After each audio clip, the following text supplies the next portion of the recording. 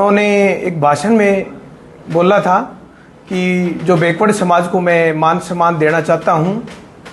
असल में अगर बैकवर्ड समाज को कोई मान सम्मान देना चाहता है, चाहे वो बीजेपी पार्टी हो, चाहे वो कांग्रेस हो, आज और अन्य दल भी कह सकते हैं अपन, अगर कोई प्रजापति समाज बैकवर्ड समाज को अगर कोई भागीदारी देना चाहता है, तो मैं इस माध्यम से, इस प्रेस कॉन्फ्रेंस के माध्यम से मैं उन नेताओं को भी बताना चाहता हूं और उन पार्टियों को भी बताना चाहता हूं कि आने वाला टाइम शिक्षा का टाइम है और राजनीति में चाहता हूं कि पाक साफ आदमी, वो आदमी आए ताकि समाज का भला हो सके।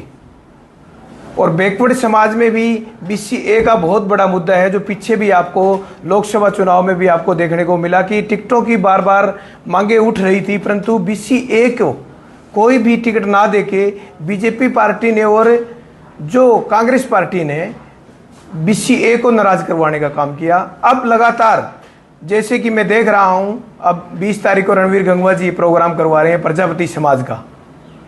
उनको एक मोहरा बना के बीजेपी सरकार प्रजापति समाज के वोट लेना चाहती है, परंतु मैं चाहता हूं कि इतने पढ़े लिखे शिक्षित समाज में पैदा होने से मैं चाहता हूं कि मंच के माध्यम से रणवीर गंगवा जी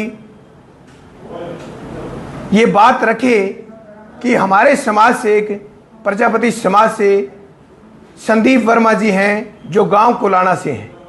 उन्होंने PhD कर रखी है, विदेशों से उन्होंने PhD के बाद भी शिक्षा ग्रहण कर रखी है और शिक्षा में आज मेरे ख्याल में उनके मुकाबले में प्रजापति समाज में कोई नहीं है। बैकवर्ड BCA समाज को अगर समाज के साथ जोड़ के पार्टी वोट लेना चाहती है तो मंच के माध्यम से नायब सिंह सैनी 20 तारीख को आ रहे हैं, 28 तारीख को हुड्डा साहब भी आएंगे, क्योंकि घोडेला साहब प्रोग्राम को ऑर्गेनाइज कर रहे हैं प्रजापति समाज को इकट्ठा करके।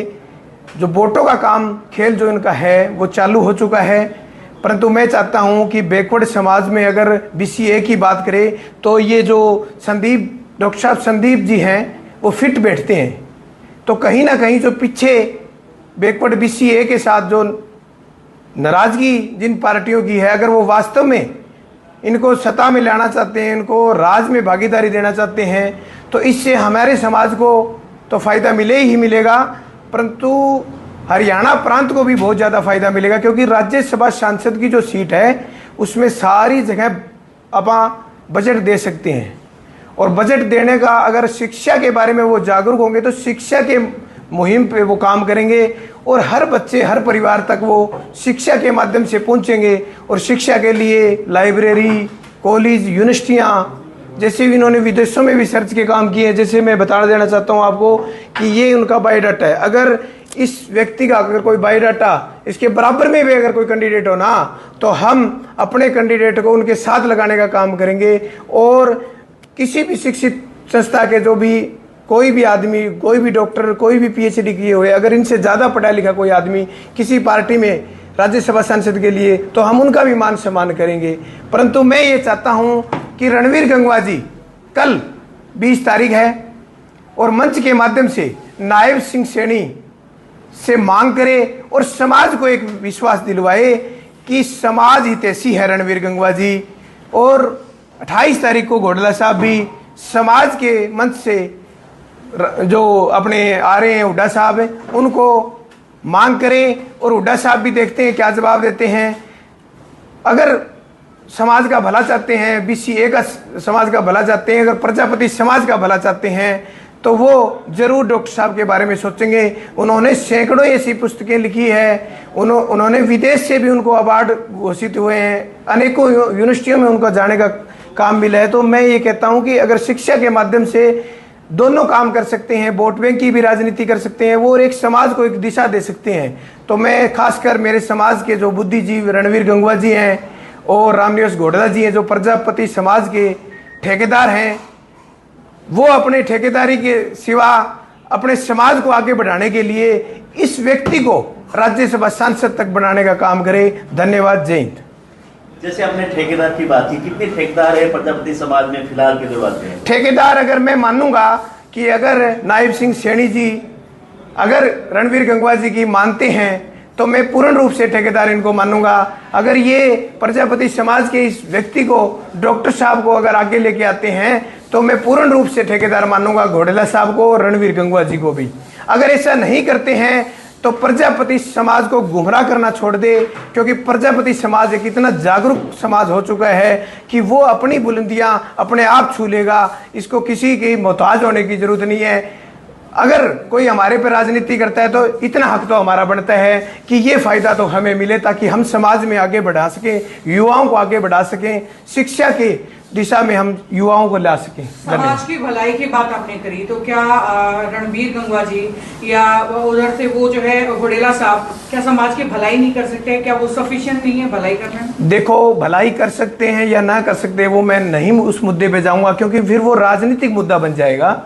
मैं ये कहता हूं कि हम उनके मान सम्मान करते हैं और वो समाज में हमारे से बड़े हैं और राजनीति करते हैं, परंतु राजनीति का फायदा आज तक मेरे को कहीं नहीं लगा कि समाज में कहीं मिला हो। अगर ये संदीप वर्मा जी को अगर राज्यसभा सांसद बनाने में कामयाब होते हैं तो मैं मानूंगा कि समाज को पूर्ण रूप से विश्वास जताना चाहिए और रणवीर गंगवा जैसे और घोडेला साहब को नेता मान लेना चाहिए। अगर ये करवाने में कामयाब नहीं होते हैं तो समाज को गुमराह होने की जरूरत नहीं है। हर घर तक, हर चौखट तक हम जाएंगे और प्रजापति समाज को हम जागरूक करेंगे। जिनका आप नाम ले रहे हैं, डॉक्टर संदीप कुमार जी का जिनका आप नाम ले रहे हैं, आप जिनकी पैरवी कर रहे हैं, वो कभी खुल करके ना तो सामने आए, ना इन्होंने कभी पॉलिटिकल इंटरेस्ट शो किया। और जो रणवीर गंगवा जी हैं, ये काफी लंबे समय से जो है राजनीति में हैं, तो आप किस तरह से जो है इनको आगे लाने के लिए प्रयास कर रहे हैं? कब आएंगे सामने? मेरा काफी टाइम से उनसे अनुरोध भी रहा। मेरे दोस्त हैं अच्छे, और मैंने उनको बार बार कहा कि ऐसे आदमियों का